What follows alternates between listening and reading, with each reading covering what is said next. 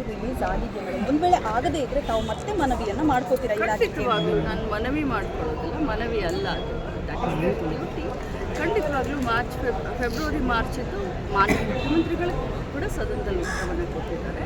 ನಾವು ಮತ್ತೆ ಪದೇ ಪದೇ ಫೈನಾನ್ಸ್ ಡಿಪಾರ್ಟ್ಮೆಂಟ್ಗಳಲ್ಲಿ ಕೂಡ ನಾವು ಕೇಳ್ಕೊಂಡಿದ್ವಿ, ಬಿಡುಗಡೆ ಅವ್ರು ಯಾವಾಗ ಮಾಡ್ತಾರೆ, ಮಾಡಿದ ತಕ್ಷಣ ರಾಜ್ಯದ ಯಜಮಾನಿಗಳಿಗೆ ಹಣವನ್ನು ಫೆಬ್ರವರಿ ಮಾರ್ಚ್ ಖಂಡಿತವಾಗ್ಲೂ ಯಾವತ್ತು ಫೈನಾನ್ಸ್ ಡಿಪಾರ್ಟ್ಮೆಂಟ್ ಕ್ಲಿಯರ್ ಮಾಡಿದ್ರೆ ಅವತ್ತು ನಾನು ಕ್ಲಿಯರ್. ಬಟ್ ಯಾವತ್ತು ಆಗ್ಬೋದು ಮೇಡಮ್?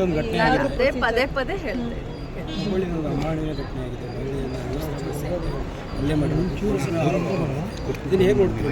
ನೋಡಿ, ಮೊದಲು ಒಂದು ದಿನ ಪೊಲೀಸರ ಮೇಲೆ ಆರೋಪ ಬಂತು, ಮಾಧ್ಯಮದವರು ತಾವೇ ಎಲ್ಲ ತೋರಿಸಿದ್ರ. ಮತ್ತು ನಾನು ಮಾತಾಡಿದೆ, ಸ್ಥಳೀಯ ನಮ್ಮ ಇಲಾಖೆಯ DD ಅವರು ನಮಗೆ ಕಳಿಸ್ಬೇಕು.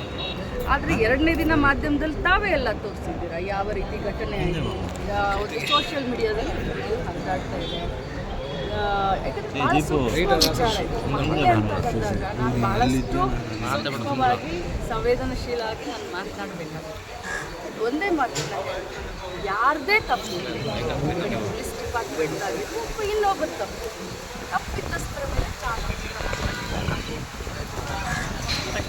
ಇದು ರಿಲೀಸ್ ಆಗಿದೆ ಮೇಡಮ್. ಒಂದು ವೇಳೆ ಆಗದೇ ಇದ್ರೆ ತಾವು ಮತ್ತೆ ಮನವಿಯನ್ನು ಮಾಡ್ಕೋತೀರಾ ಇಲಾಖೆಗೆ? ಖಂಡಿತವಾಗ್ಲೂ ನಾನು ಮನವಿ ಮಾಡ್ಕೊಳ್ಳೋದಿಲ್ಲ, ಮನವಿ ಅಲ್ಲ ಅದು, ದಟ್ ಇಸ್ ದೇರ್ ಡ್ಯೂಟಿ.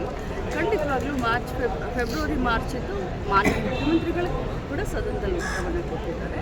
ನಾವು ಮತ್ತೆ ಪದೇ ಪದೇ ಫೈನಾನ್ಸ್ ಡಿಪಾರ್ಟ್ಮೆಂಟ್ಗಳಲ್ಲಿ ಕೂಡ ನಾವು ಕೇಳ್ಕೊಂಡಿದ್ವಿ, ಬಿಡುಗಡೆ ಅವ್ರು ಯಾವಾಗ ಮಾಡ್ತಾರೆ, ಮಾಡಿದ ತಕ್ಷಣ ರಾಜ್ಯದ ಯಜಮಾನಿಗಳಿಗೆ ಹಣವನ್ನು ಫೆಬ್ರವರಿ ಮಾರ್ಚ್ ಖಂಡಿತವಾಗ್ಲೂ ಯಾವತ್ತು ಫೈನಾನ್ಸ್ ಡಿಪಾರ್ಟ್ಮೆಂಟ್ ಕ್ಲಿಯರ್ ಮಾಡಿದ್ರೆ ಅವತ್ತು ನಾನು ಕ್ಲಿಯರ್. ಬಟ್ ಯಾವತ್ತು ಆಗ್ಬೋದು ಮೇಡಮ್? ನಾನು ಅದೇ ಪದೇ ಪದೇ ಹೇಳ್ತೇನೆ.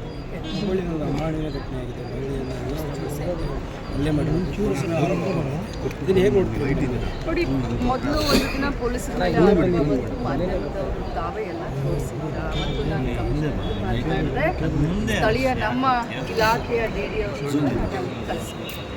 ಆದರೆ ಎರಡನೇ ದಿನ ಮಾಧ್ಯಮದಲ್ಲಿ ತಾವೇ ಎಲ್ಲ ತೋರಿಸಿದ್ದೀರಾ ಯಾವ ರೀತಿ ಘಟನೆ ಆಯಿತು, ಯಾವುದು ಸೋಷಿಯಲ್ ಮೀಡಿಯಾದಲ್ಲಿ